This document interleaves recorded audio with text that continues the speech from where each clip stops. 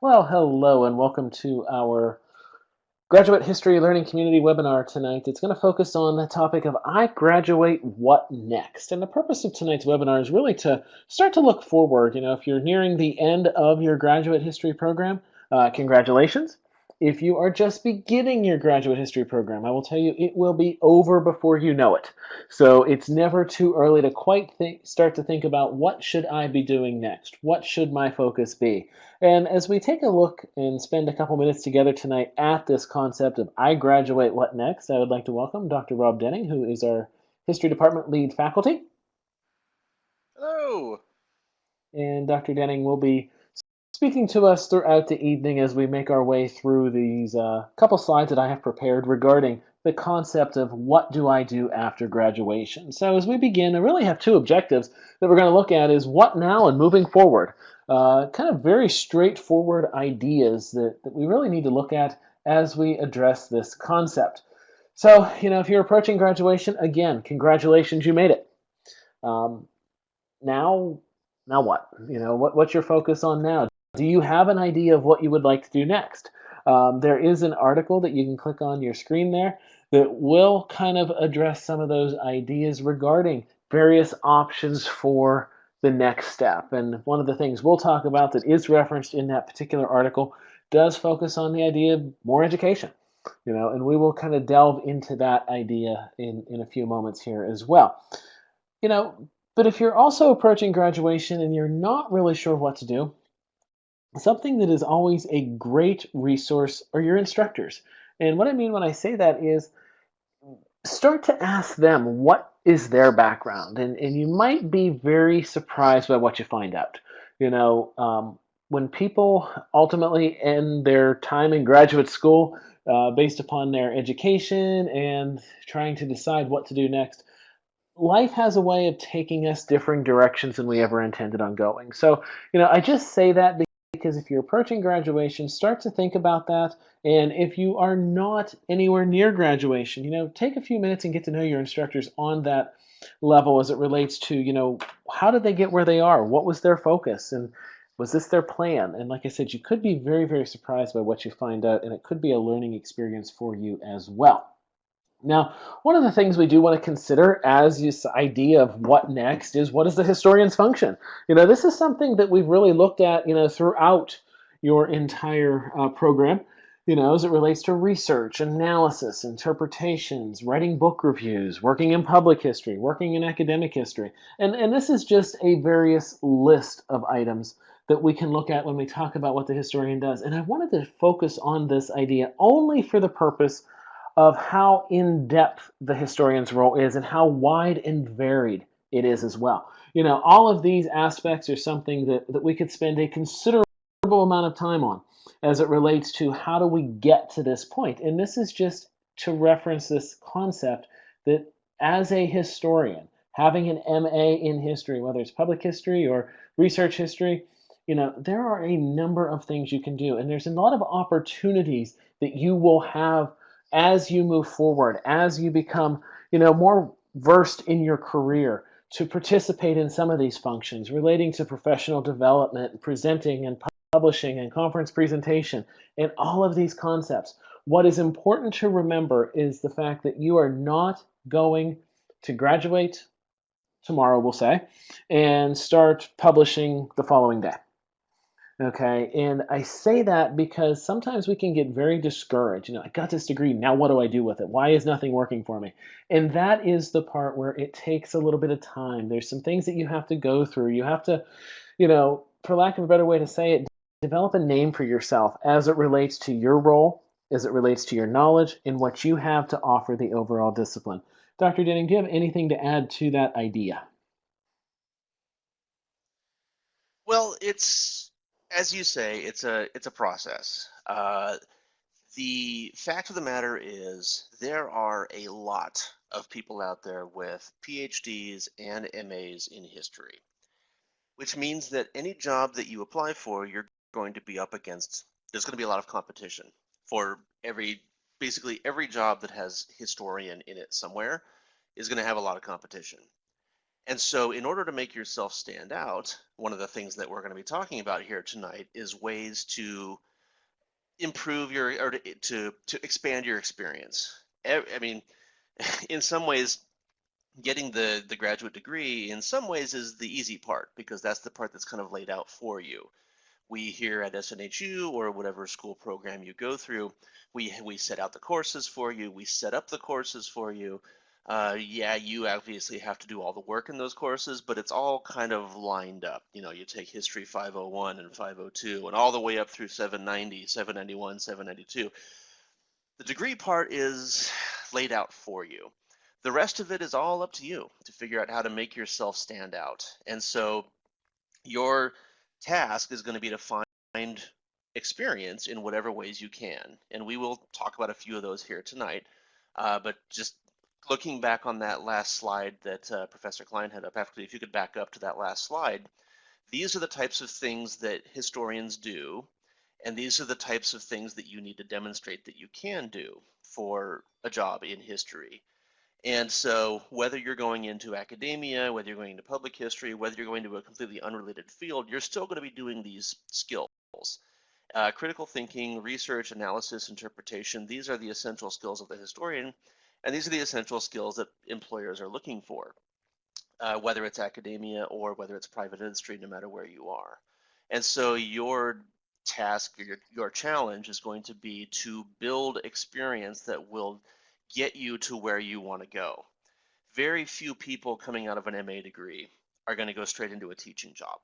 That's just kind of the reality, is that with the amount of competition that is out there, you're going to need to, you're going to start small, so to speak. And so you're going to have to start kind of getting your foot in the door at institutions. It's a lot of that stuff that we're going to talk about here tonight. So before I get too far ahead of myself, I will stop there and let you get back to it. All right. So, one of the first things that I did want to address is this idea of pursuing another degree. A lot of times you finish the MA, well, now I guess I need to go for my PhD.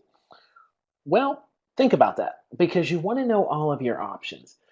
Focus on, will you benefit the most in the long run on a personal level and on a professional level, because there has to be a balance there. Depending upon what your goals are, quite honestly, the PhD may not be for you. That's all focusing on what you wish to do going forward. But I say that because you just don't want to automatically think that now that I've finished my MA, I have to get a PhD. Ask questions.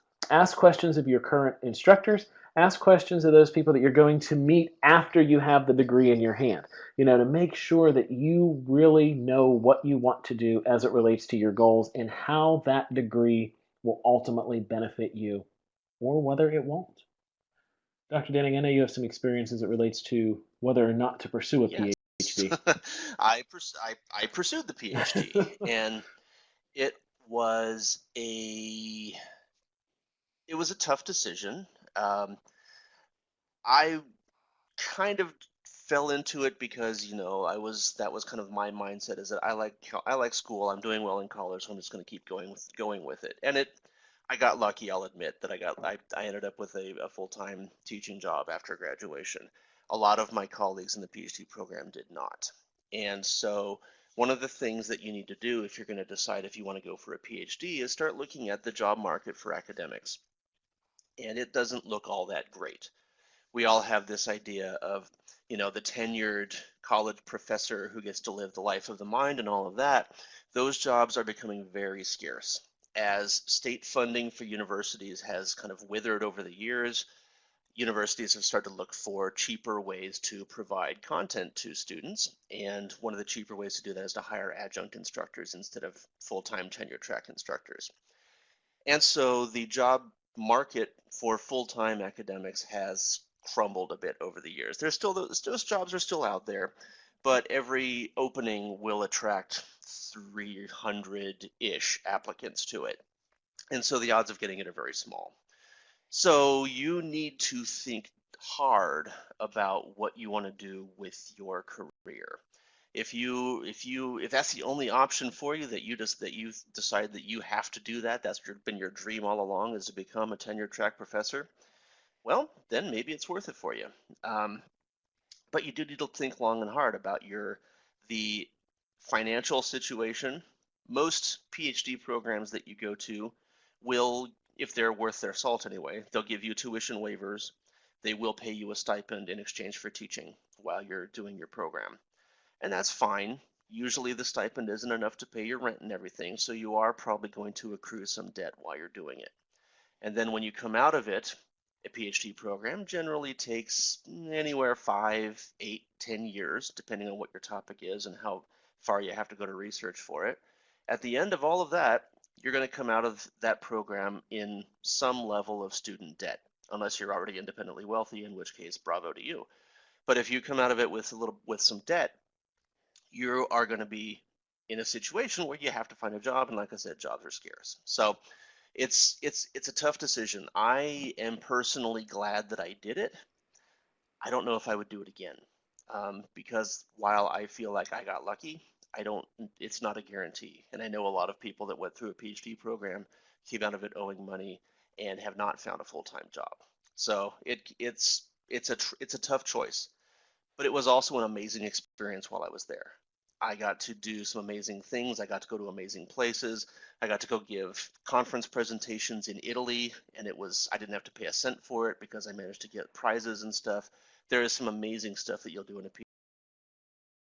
Other things you could consider as well as you're exploring options is the help of the SNHU Career Center. They have a lot of great resources for you to utilize as it relates to resume development, um, job postings, job boards, things like that. So definitely consider the SNHU Career Center because, like I said, they can do things like resume review, help with your cover letter. They have career counselors that you can just speak with as it relates to the overall direction you're thinking to go. There is their contact information and the email address that you can reach out to them with. And there's also a link on your screen that you're looking at that is an overview of their services. There's an interview with a gentleman from the Career Center who really talks about their role and their focus and how they do approach this concept of searching for a job and some of the resources that they utilize in that process and just the guidance that they can provide. So that is something that SNHU offers, and I would really, really encourage you to take advantage of it at any point in time because, resume reviews, there's always a need, to have your resume updated, have it ready to go. And just that review process can be so beneficial to you at any point in time as well. So definitely reach out to them with your questions as well because they can be very, very informative. If you're considering a teaching position, you will not use a resume. You're going to use something called a curriculum vitae, or a CV, as it's commonly called, and the Career Center can also assist in developing your CV as well. So that is another way in which you can go ahead and utilize the Career Center, as they will also assist with the cover letter. One of the things you do want to focus on is the fact of professional references for teaching positions, and that's going to be very, very important. And it can also help and be beneficial to cultivate those relationships with your instructors now because you never know when you might need a professional reference down the road. And if you've done well in their class and you have that relationship with them, they can speak to your skills and your ability. So keep that in mind, and it just really centers back on utilizing your instructors for the resources that they are. And it's very, very beneficial to get to know the depth of that resource as well. One other element that you will want to focus on as it relates to a teaching position is focus on what are you qualified to teach and why. Be ready to defend your knowledge. Focus on defending what you can teach by putting it into writing in the form of, it could be your philosophy of education. There's multiple areas of a CV that you will really write as it focuses on developing and preparing that document. So think about those ideas as you are exploring your options. Now, if you're going to take the academic job search, there's multiple job boards that you can focus on. Higher ed jobs, teaching jobs.com, Chronicle Vitae, or Indeed.com. And those are all very, very well-known, respected job sites. Now, the downside to that, to kind of focus on what Dr. Denning said a few minutes ago, those are also very heavily trafficked job sites. They are national job sites. So, anybody and everybody who's looking for a job will go to higheredjobs.com.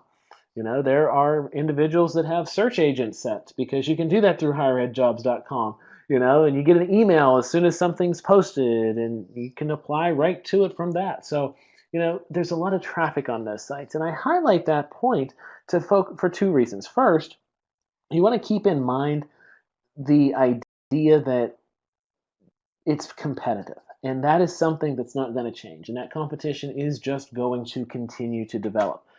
Secondly, you want to consider non-traditional searches as well.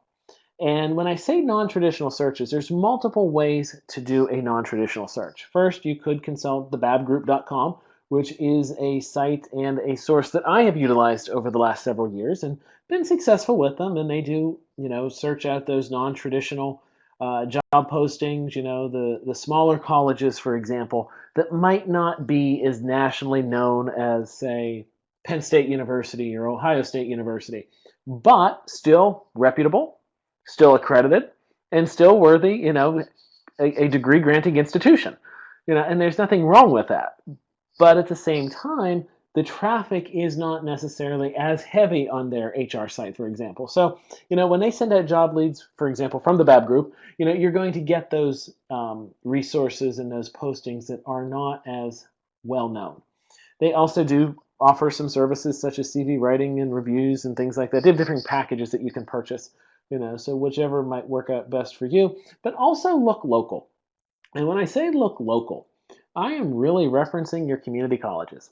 Community colleges are a great way to um, get started. They can give you that first teaching experience. And they can also just give you that first experience in a higher education position if it's not teaching. And I say that speaking from experience.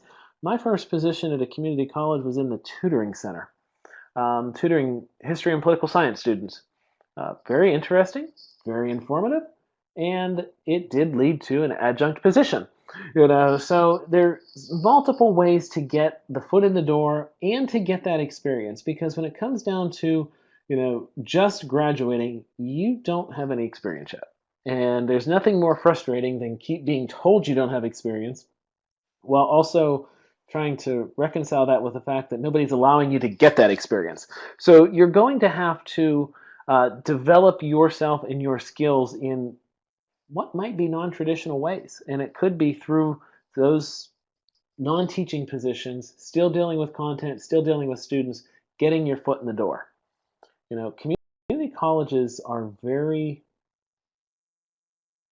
relevant in a local community, and they have a lot of opportunities for you. Dr. Denning, do you want to talk at all about community colleges or how to start as it relates to that concept of looking Yeah, I local? also highly recommend looking for positions at community colleges.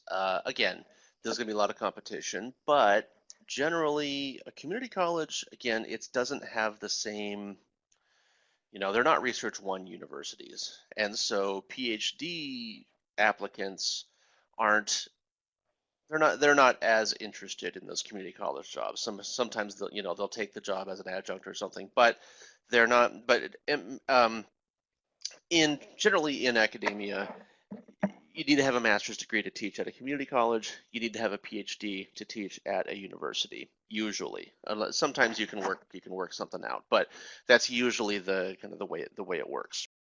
And so if you have an MA, it's and you want to teach, community colleges are great places to do it. Again, you'll probably start off as an adjunct. Very rarely would you start off directly as a full-time. Depending on the community college, maybe you can work your way up to full-time at some point, maybe not. It just depends on the school. Sometimes you can, sometimes you can't. But adjuncting is a really good way to get your foot in the door and to gain some of that experience that Professor Klein was just talking about, that you need to, hiring committees are always looking for you to have experience. It's hard to get experience if you don't have experience, but adjuncting is a good way to go. It won't pay you very much. The benefits will be non-existent, but you'll gain experience. And that's the important thing, because then once you've built up experience teaching some classes, you look that much better to hiring committees at other places, either at that community college or maybe somewhere else, who knows. But it's a great place to get your foot in the door. And the other great thing about community colleges, from my perspective, I've taught at Research One universities. I've taught at local small liberal arts colleges. I've taught at community colleges. I think community colleges are my favorite of all the places to teach, just because the vibe is different. It's a little bit more informal. It's not quite as dog eat dog as research universities are. It's a bit more laid back. The students are also usually there paying their own way, and so they're usually much more invested in doing well at a community college because they know that their career is going to depend on doing well at that community college. And so personally, I have had really good experiences teaching at community colleges, and every now and then I still teach at a community college. Every now and then I'll pick up a job or a night class here or there or something. But it's a great way to get your foot in the door, gets you some experience, and even if you're not teaching, even if you're, like Professor Klein said, if you're working in the tutoring center or the writing center or in the library or something, it still gets you in the door and may develop into something much bigger later on. And so I wholeheartedly agree with the idea of looking at community colleges. And just to back up a sec to what else is on this slide, I also use the BAB group. I picked up a few adjunct positions that way too. They seem to be pretty effective, at least at finding positions for you. And then of course all the higher ed jobs and all that. Yes, I've looked at that stuff too. But again, like Professor Klein said, those ones have a lot of people interested. So looking local is a really good way to get your foot in the door.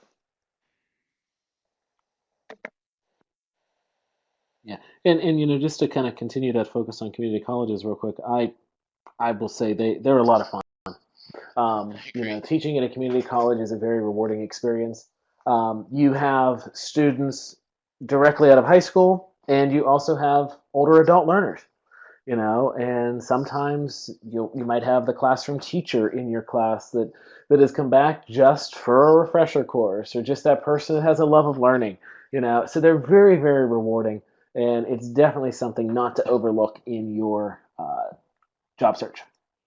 Public history, when you focus on a job search in public history, it really focuses again on those same concepts, whether it's academic history or public history. Look local, volunteer. You never know what opportunities are going to be presented.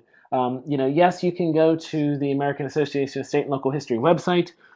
Great resource, great job board, but you're not the only one looking at it, and they are posting very high level positions, for state historical associations, presidents, directors, that type of position. Um, it can be very frustrating to not get those interviews, but at the same time, it's still a very competitive environment. So look at your state historical associations, look at your local historical associations. You have skills. How can you best present those skills to get the experience you need to ultimately go forward? I had a position in public history at one point in time. It was a local historical museum, and I was executive director. I absolutely loved it. One of the things to keep in mind as it relates to public history is the fact that you very well might be the only person that works there. Public history is very difficult, and when I say difficult, I mean it in a good way. You have to really be driven and have that passion for the information in which you're researching and the site that you are running. It's very rewarding, but it's going to be a lot of work as well. Anything on public Just history, that Dr. last King? point that you got there for volunteering. I mean, this is another Mm-hmm. really good way to gain some experience. And it gives you employment experience, but it also helps you build contacts in local organizations or even larger organizations, depending on who you're volunteering for. But volunteering is a really good way to do it. Yeah, you don't get paid, but you're building up some really valuable experience. Usually, a volunteer position, usually they may only need you there for, I don't know, 2 or 3 hours a week.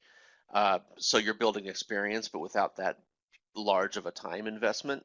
And so it's a really good way to do it. I did that when I was first starting out. I found just looking in I forget where it was, Craigslist or something. I found a local organization that does sustainable living, which isn't really directly related to history, but they needed somebody to come in and write up their manual for tour guides, and so they needed just someone to train the tour guides basically.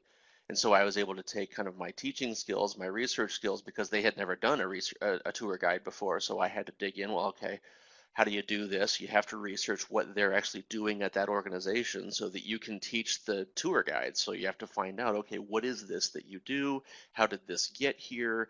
How did you pay for this? Because that's the type of stuff that tour guides are always asked. And so it required me to use all of my skills as a historian. I wasn't actually doing history, but I was able to, put together this tour guide. And now on my CV, after that experience, I only did that for, I think it was 8 months. I was involved with it for, a couple hours a week at most. But when I was done, that was the extent of my obligation. And so we parted ways, but I was able to then put that on my CV that I have experience, basically writing and editing tour guide manuals, which again may not be directly relevant to someone that's looking to hire me, but it shows that I have diverse experiences and that I'm adaptable and that I'm flexible and all of that. So small things like that can have a much larger payoff further on down the road. And so, if you're looking to build up your CV, your experience, start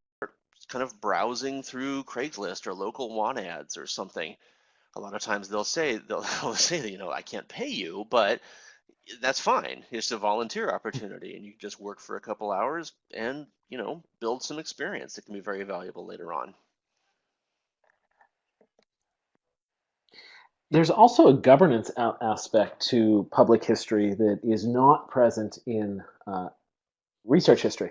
And what I mean by that is positions on boards of directors. And a lot of times your local organizations will need um, board members, to run the site. And, sometimes they are looking for, somebody that has a degree or a particular background on something. So that's another way in which you can get in to a public history organization to get some experience as it relates to governance.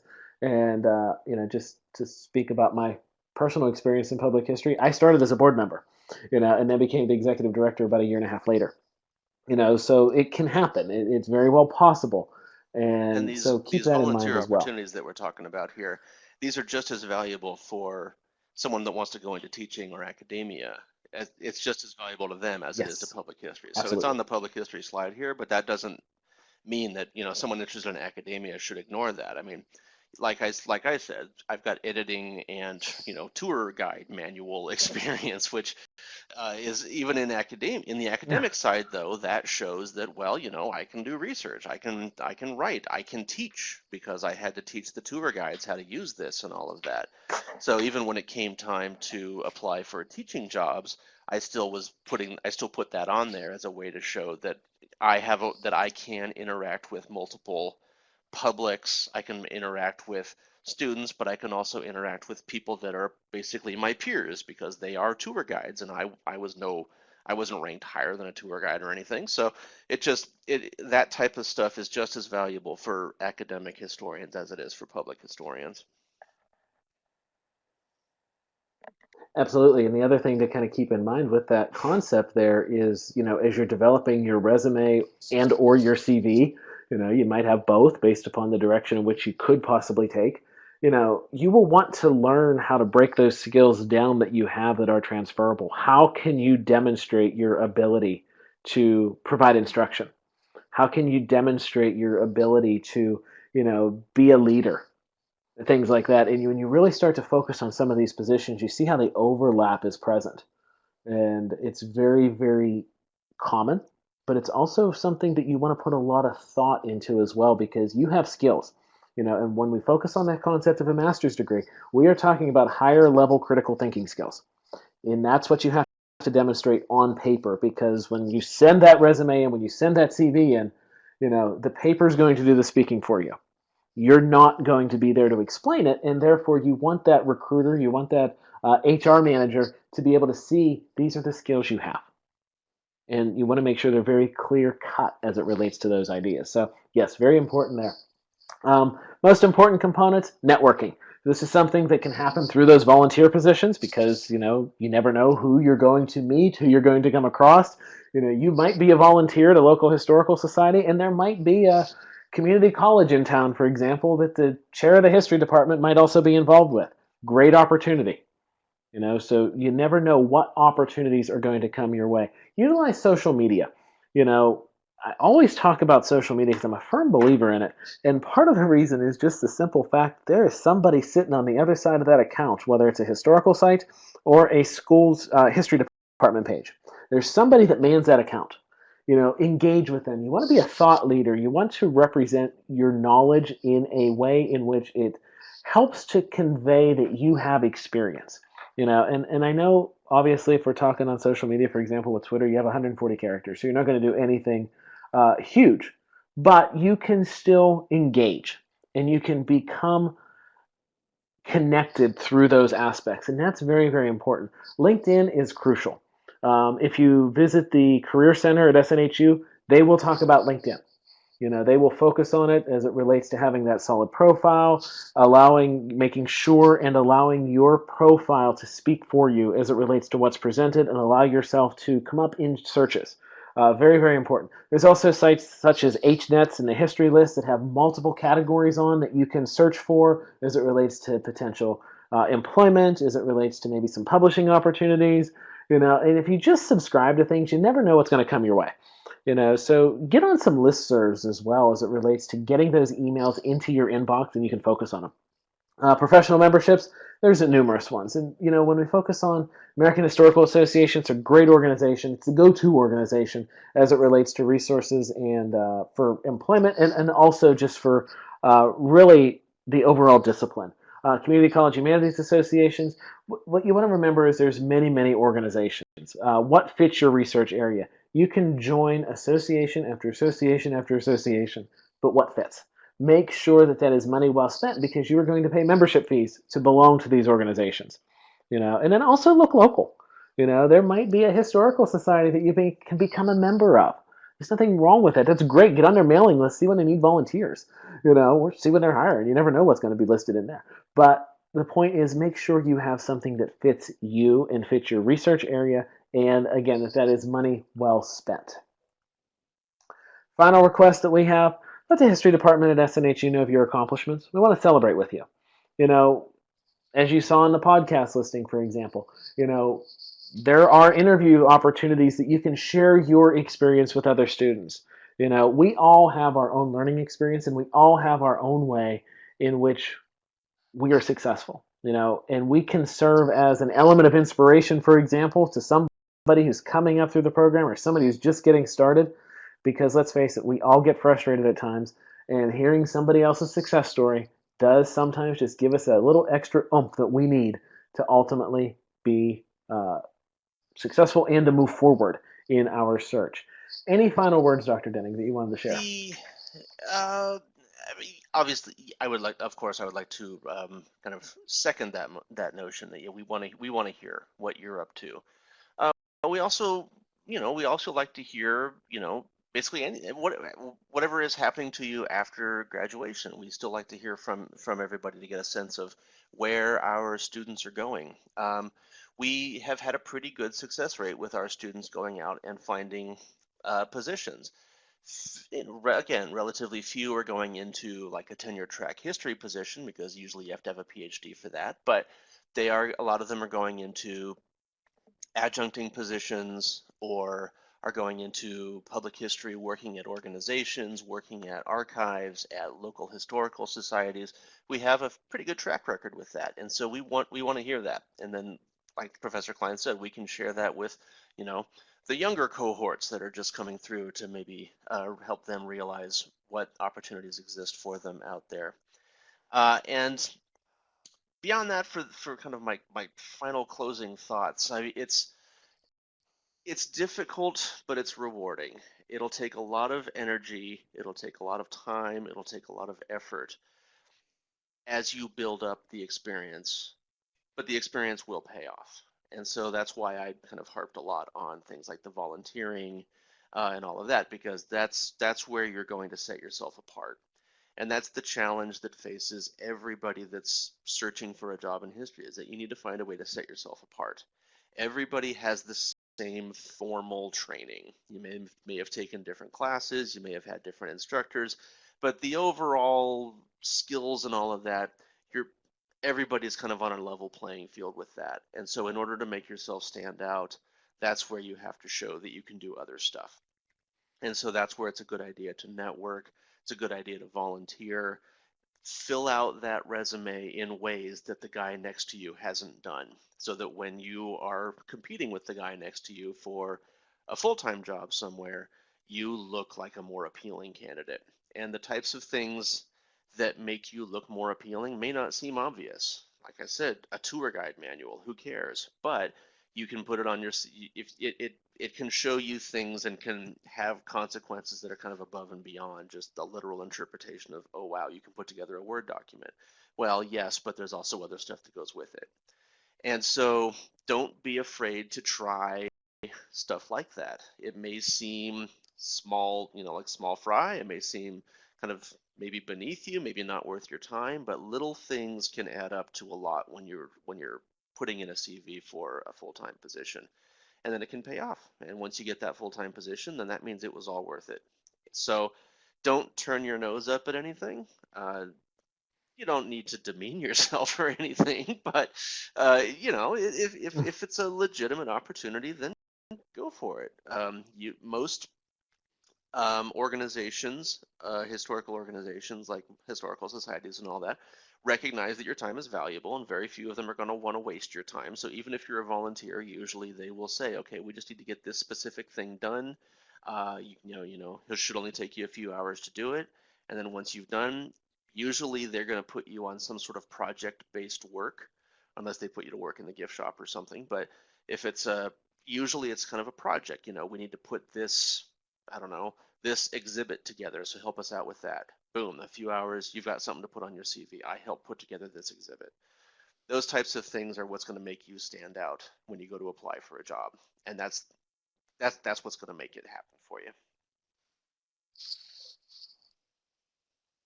It's the little things that will make the big difference.